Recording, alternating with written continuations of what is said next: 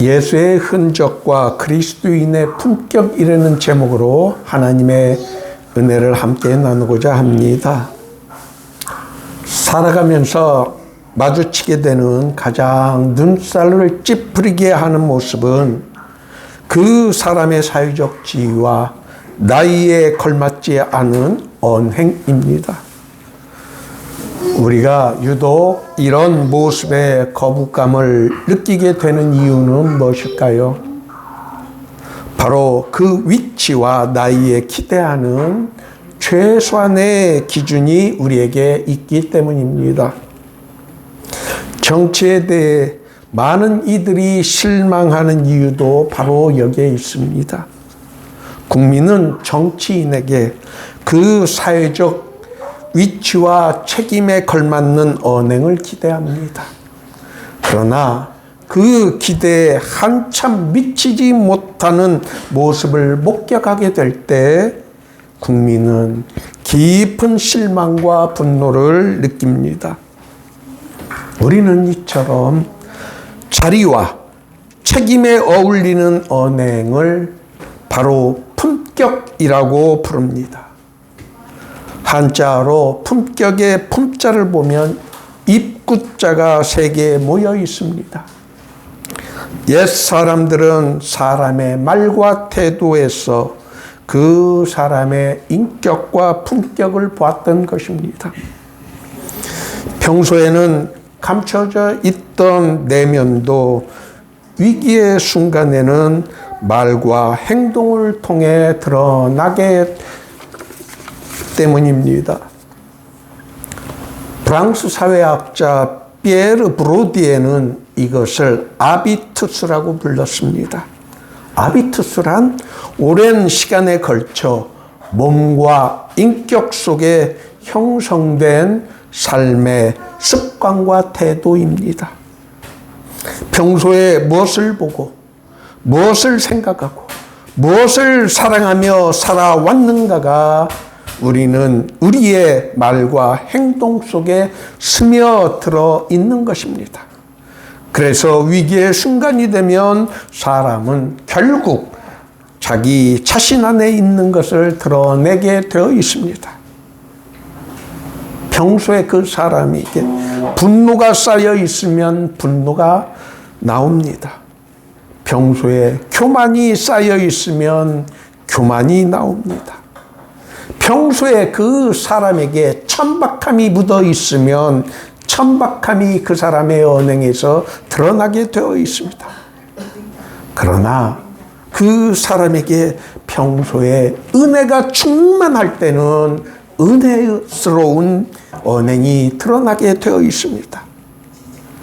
그리스도가 그 사람의 마음에 가득하면 그리스도의 모습이 드러나게 되어 있습니다. 결국 위기의 순간에 튀어나오는 것이 그 사람의 진짜 품격이며 인격인 것입니다. 오늘날 우리 사회를 보면 품격의 위기를 느끼지 않을 수 없습니다. 인터넷 공간은 비난과 조롱으로 가득 차 있고 사람들은 서로를 이해하기보다는 공격하는데 더 많은 에너지를 사용하고 있습니다. 가족 사이에서도 상처 주는 말이 오가며 사회 곳곳에서는 상대를 자신과 의견을 달리하는 사람을 적으로 규정하는 언어들이 넘쳐나고 있습니다. 세상의 물질과 기술은 발전하였지만 우리의 언어와 인격은 오히려 퇴보하고 황폐해지고 있습니다.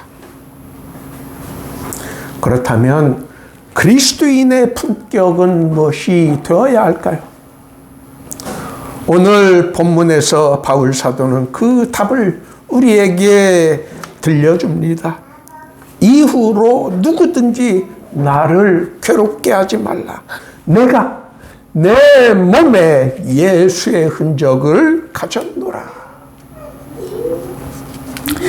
이 말씀은 바울 사도의 인생을 한 문장으로 요약한 고백입니다. 바울은 원래 세상적으로 보면 누구보다도 품격 있는 사람이었습니다.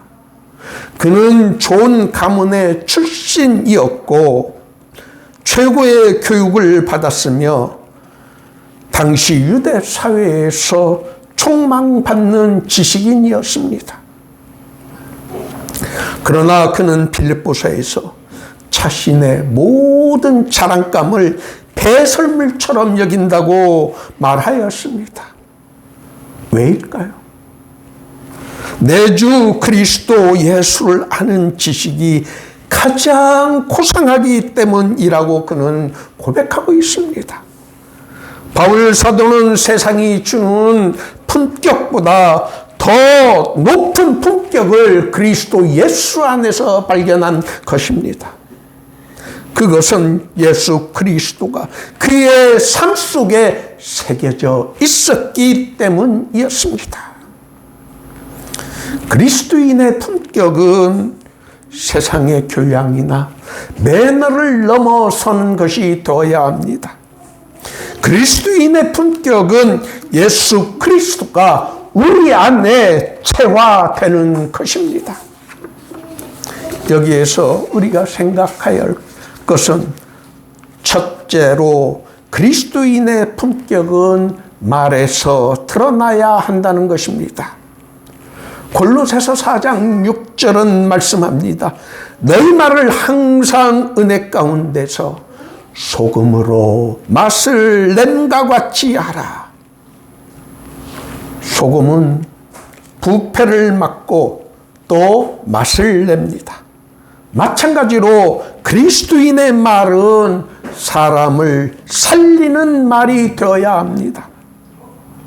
에베소서 4장 29절을 또 말씀합니다. 무릇 더러운 말은 너희 입 밖에서도 내지 말고 오직 덕을 세우는데 소용되는 대로 선한 말을 하여 듣는 자들에게 은혜를 끼치게 하라. 이 말씀에 우리는 참으로 우리 자신이 초라함을 느끼게 됩니다. 물론 우리도 화날 때가 있습니다. 억울한 일을 당할 때도 있습니다. 배신을 우리의 삶에서 경험할 때도 있습니다. 그때 우리 입에서 무슨 말이 나와야 합니까? 비난입니까? 조롱입니까? 원망입니까? 아니면 은혜스러운 말이 나와야 합니까? 그 순간에 나오는 말이 바로 우리의 영적 아비투스를 보여주게 되어 있습니다. 그리스도인의 품격은 사람을 무너뜨리는 말이 아니라 사람을 살리는 말에서 드러나게 되어야 한다는 것입니다. 둘째로 그리스도인의 품격은 일상 속의 삶에서 드러나야 합니다. 빌립보서 1장 27절은 말씀합니다. 오직 너희는 그리스도의 복음에 합당하게 생활하라. 사람은 자신의 품격을 거짓으로 연기할 수 없습니다.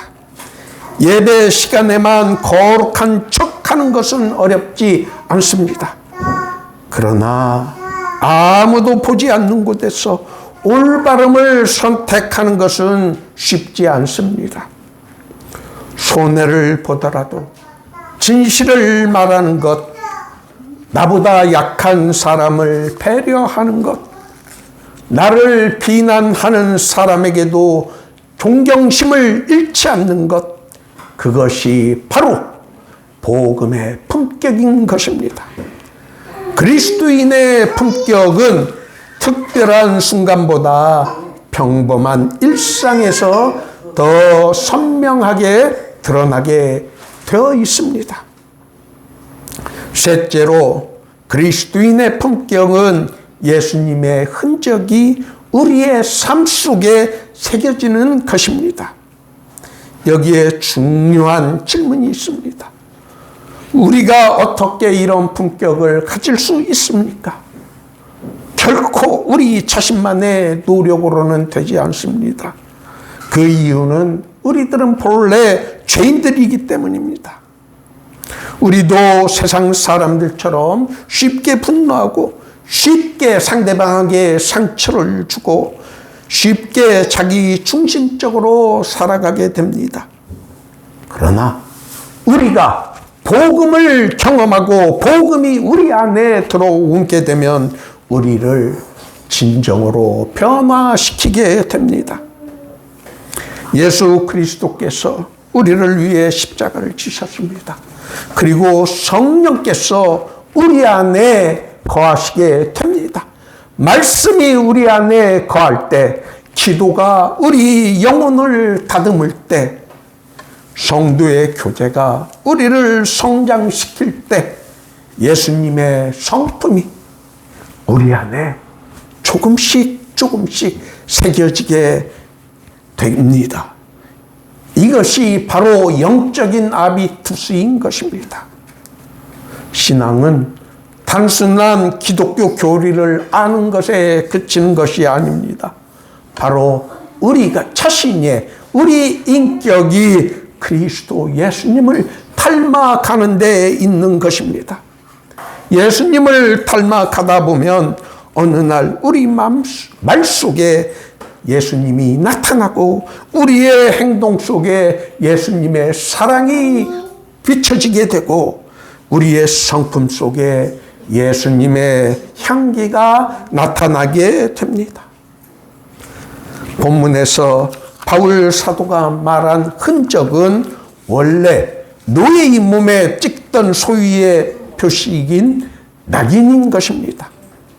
바울은 복음을 전하다가 수많은 상처를 입었습니다. 그는 자신이 입은 상처를 바라보며 이렇게 말합니다.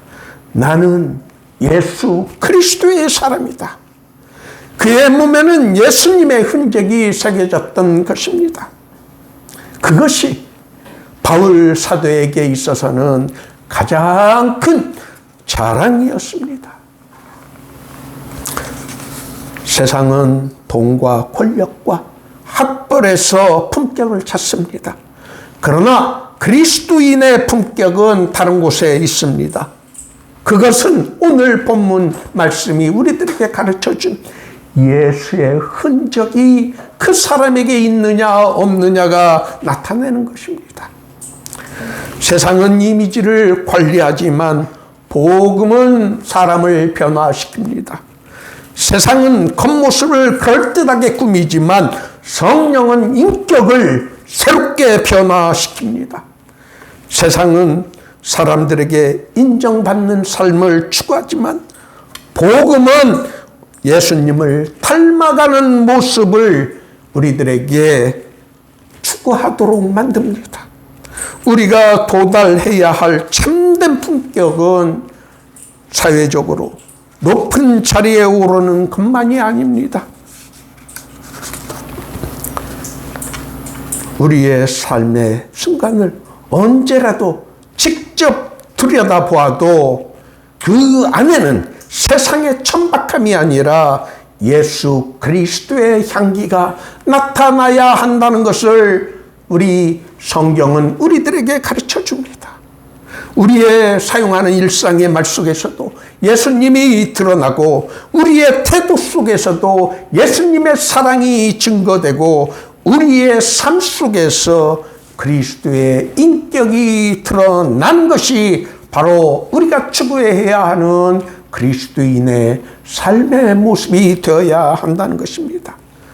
그리하여 우리 모두가 바울 사도처럼 담대히 고백할 수 있기를 기도합니다. 내가 내 몸에 예수의 흔적을 가졌노라. 이 시대 가운데 참된 품격을 지닌 그리스도인으로 살아가는 여러분 모두가 되시기를 예수님의 이름으로 축원합니다.